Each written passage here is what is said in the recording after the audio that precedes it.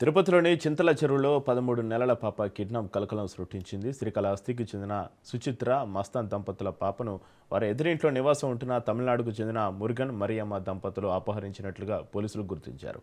ఈ ఘటనపై స్పందించిన ఎస్పీ ఆదేశాల మేరకు సిఐ శ్రీనివాసులు నేతృత్వంలో 2 ప్రత్యేక పోలీసు బృందాలు సీసీటీవీ ఫుటేజ్ ఆధారంగా గాలింపు చర్యలు చేపట్టాయి.